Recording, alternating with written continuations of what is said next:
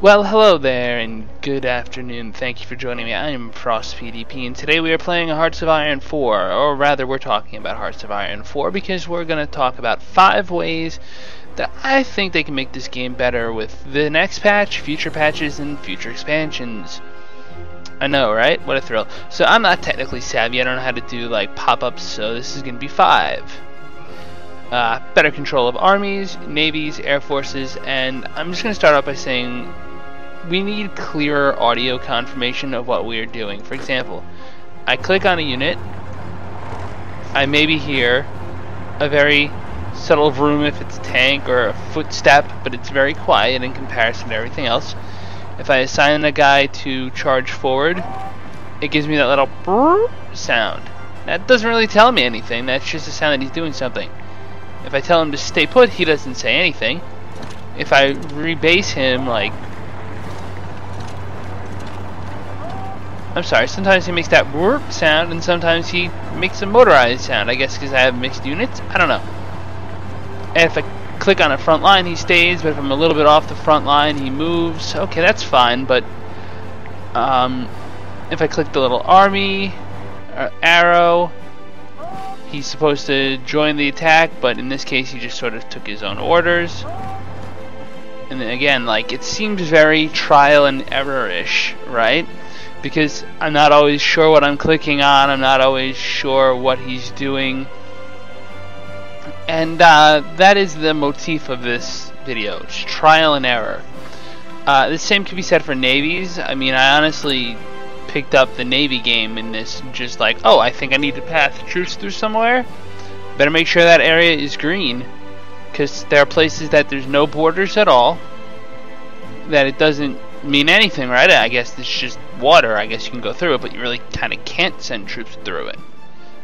Not to Japan anyway, not if I'm trying to go from here to there, because you got to go through these areas that are green, and if they're not green you can't send them. It's very confusing. So let me try this again, because I want to make sure this is well explained, at least to the folks who don't know. These areas are green because I either have some sort of naval supremacy in them, or because I've put my boats to patrol them, which would be why I have naval supremacy, or I have air support or something. I honestly can't even tell you for sure what it is, because it's not well explained, and I know there's supposed to be a tutorial, but I have one friend who's played this game who said it almost caused him to blow his brains out, and I'm not interested in following suit. You know, it's not clear. The air game, same thing, right? You have all these different states and zones, and these air zones don't always make sense. An airbase, well, if I could find an airbase, I would talk about one. Yeah, there's an airbase. Air bases, right? If you put planes in there, does that mean the planes just operate in here? No, not really, because you got to assign them to operate somewhere, and how far they can operate is sort of questionable. And look, if somebody has a range of a certain number of kilometers, that's, when it comes to air travel, typically as the crow flies. In other words, it's just a circle, it's a radius. You know, if I can go 500 kilometers, I can go out that far, maybe. I'm making that number up. And then I have to come back. It's probably much larger than that, but I can only go out so far. I can come back. I can fly from the airbase to this lake and back on one thing of fuel, right? So I can police a circle in that shape. But instead, it's like, oh, it's states, and if you're based here and you can reach that state, you can get air superiority in that like air state. But air states don't necessarily match the, what is it, states map mode. Oh no, not at all. Look at the difference. This is multiple states, and the air map mode covers many of them. Now, maybe that makes sense, but I feel like you're having multiple different layers of definition. So that's just another area where it's not clear, and it's trial and error, you know? Like, am I covering this area or not? It's hard to tell. So that's an issue. The division designer isn't much better. To try to bring up the army, what is it? Recruit and deployment, division designer. I mean, if you go to division designer, most people think I'm going to design a division. So did you think you had to go to create empty? Or hit duplicate? No, I came here to create one. And when I hit save, I'm not necessarily thinking, oh hey, I want to save this. I'm thinking, I just hit create a design a division. I didn't edit, I hit design. And it wants to save instead of, you know, create a new one based off of this template. It becomes very irksome. Yeah, you'd really have to go to create empty or hit duplicate, which will make this, it's not straightforward. Again, it's trial and error. I accidentally overwrote certain designs and now I just have like one really bad thing, which is not good. And I can tell you it's not good because the load's got a good soft attack. I had to figure that out through trial and error. The combat width is apparently very wide. So there are rules about combat width and how that works, and I can't even begin to get at that. All I know is, are my units winning or losing? That's about all I know. That's about all I ever know. It's okay. I can throw numbers around. It's like just throwing a big stack of, you know, chips if you're playing poker. It's like, oh, I'm gonna throw the chips at you and hope that I win. Yeah, the big pile can push its weight around, but that I don't know what I'm doing. Anyway, number 4. I'll try to go through this in time code. Clarify your research trees. Now this is again an area where things are sort of indeterminate. But for example, this planes, right? I'm building the Air Cobra. I've got the Dauntless. These are all outdated models, and I'll talk about the year numbers in a minute. Because I don't think there's consistency with year numbers. I don't think every country gets down to the 1950s on the tech tree. I think Germany like stops at 45, and that's a huge problem for something I'm going to talk about at the end of this video. But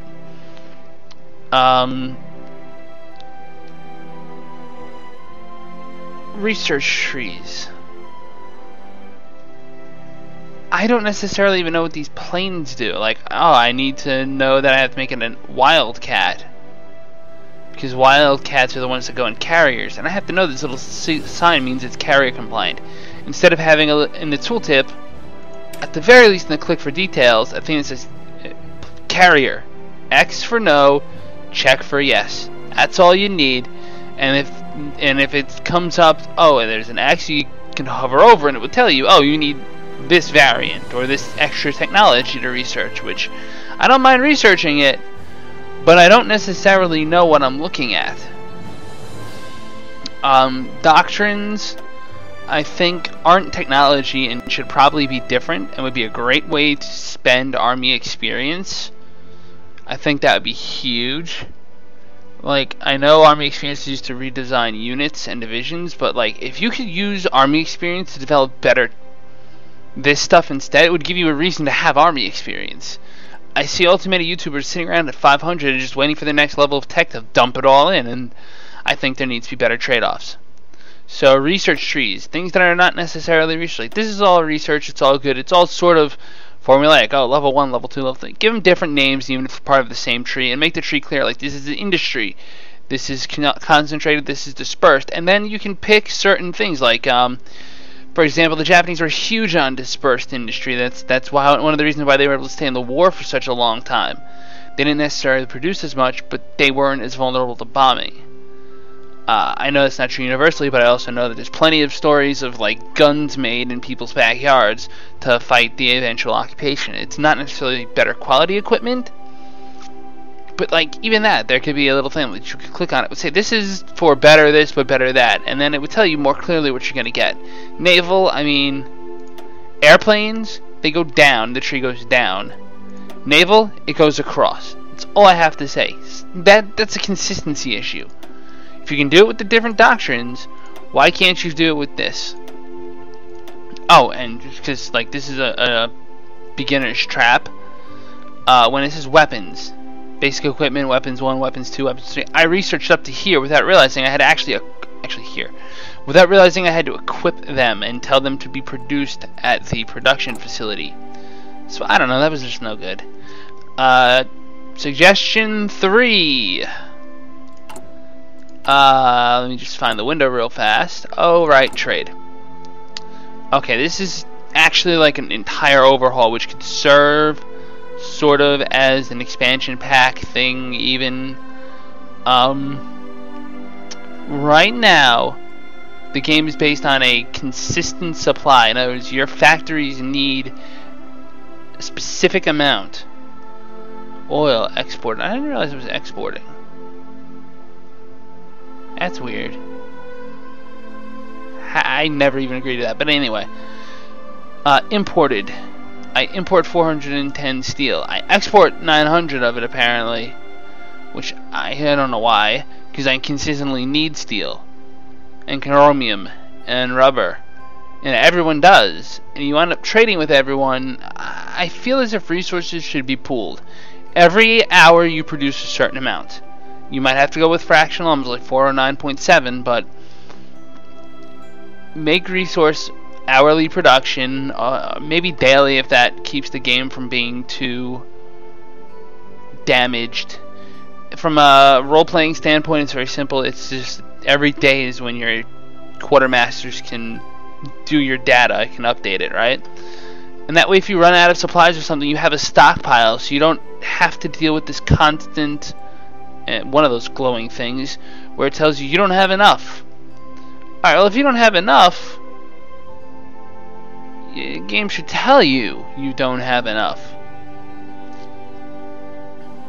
And you should start losing some from your stockpile. Like instead of this stuff being up here, you know, there's no ducats in this game. There's no gold, which is just an interesting, fun thought. But I feel as if it could be done better. That's me. That's my opinion.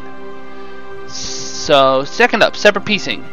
There is a war, a single war, wherein the German-Polish War, and so many countries in the world are on one side or another, and I kind of understand that's how it wound up when World War II happened, but I feel like, and maybe this is just my biases towards Europa Universalis 4, but I feel as if, and yeah, because that's what I play, right? I totally play Crusader Kings too anyway, but I feel like there needs to be ways to like separate piece somebody. So like I have Japan full occupied and capitulated, and yeah, okay, you know what? If they want to say that as long as there's a certain amount of population or military, fine. But like, if I've occupied their home islands, how are they going to run their country out of an entire occupied country?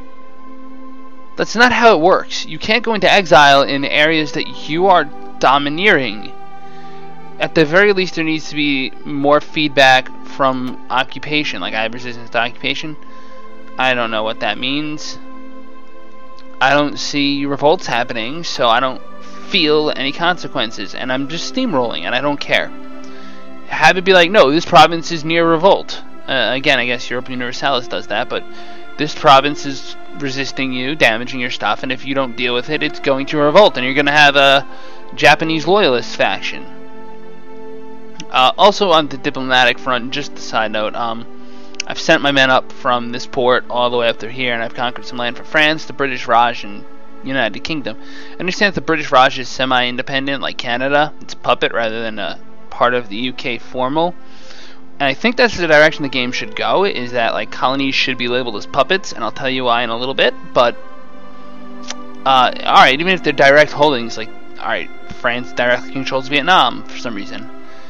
As I'm giving land back to them, first of all, it should really be on me. Like, there should be diplomatic notes just like, you control this land formerly owned by France. And I can click on it and reassign it to them, and then they can immediately, like, alright, so these are my allies, right? France is out of the war. But now I've liberated here, and they've still got land down here. I'm just basically defending French land without French help. The government of France didn't flee to its rightly held territories. It's not like these are independent puppets. You know, this is France. Let the French government be able to come down here and outpost. And then when they have land like they could transfer their capital to Madagascar for all I give a damn, and can still try to like produce troops and stuff. I feel like once a country capitulates, it just goes limp, and no matter how much you liberate it, it doesn't give you feedback. Like, I'm not seeing French people landing troops here to help me with this push now. The British Raj is not like, oh yay, you know, you've handed me land back. I don't know, I don't feel as if it's diplomacy does not work. And the peace conferences that I haven't actually gotten one myself, but I've studied how that works on YouTube, and it looks like a clusterfuck. I'm sorry.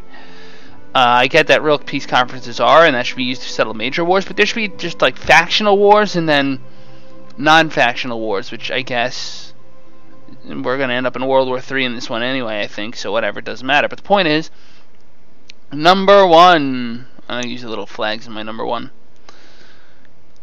Expansion pack speculation, because we already have a template for what they're going to do. For those of you who don't know, Poland, tiny little Poland, eaten so early on in the real world, and maybe that's why so many people are interested in playing Poland, but Poland has its own tree, its own national ideal tree, and this needs to be revised anyway, but we're going to ignore the fact that I'm playing America, and we're going to, like, there is a generic national focus tree.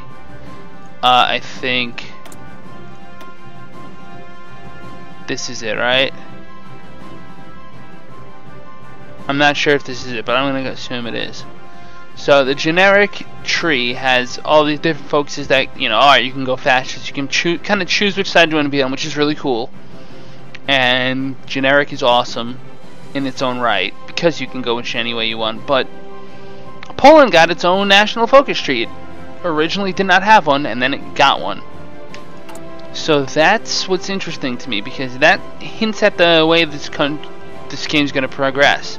So, I know they're in the news a lot lately, but Turkey, right? Again, generic, very generic. Turkey is a country that has a tremendous history, especially, you know, I know it's sort of the sick man of Europe by World War I, but it was still a major power in World War I, and it was balkanized by European powers and split up into, you know, Iraq. Not the People's State, but you get the point. Iraq, Saudi Arabia, all of these countries were stripped out of what used to be the Ottoman Empire, and Turkey, containing mostly Constantinople and then, you know, the Anatolian Peninsula, Turkey is an independent country with a very unusual tradition compared to its geography. Now, first of all, I know the easy thing to do is just a Rise of Islam DLC for, like, dealing with some of the Cold War conflicts, like, I don't know, Israel, I hate to say it, whatever you think about the conflict itself, you can't deny there is a conflict there. The United Nations is an expansion pack idea. Like, after the first, there should be a world war setting, like, alright, the conflagration reaches this, but after the first major peace conference, a United Nations should be set up among whoever the winners are. Like, the major powers of the winners should be like the United Nations Security Council to start off with, at least. And then you can have a Cold War DLC where the two remaining factions, considering there are nuclear weapons now, have to play a more small-scale war game and play at stuff like, you have to bear in mind I never played Hearts of Iron 3. Stuff like how I can go to the German Reich, like what I've done before, where I've boosted party popularity a little bit and I've staged coups. You have to play more of that game to expand, and you have to justify your use of force without your faction, because your faction might be NATO, and the Soviets might be the Warsaw Pact, and you can definitely see that happening in this game that I'm playing, which is my America the Awesome campaign. And basically, expansion packs hit me at three different things. Number one, you're definitely going to have to tidy some stuff up, improve research, improve everything, improve peace conferences. You're going to need to do that just to have like a Cold War DLC that's going to push the timetable forward from 1948 on. You could go backwards to World War I, but I don't know why you would want to do that.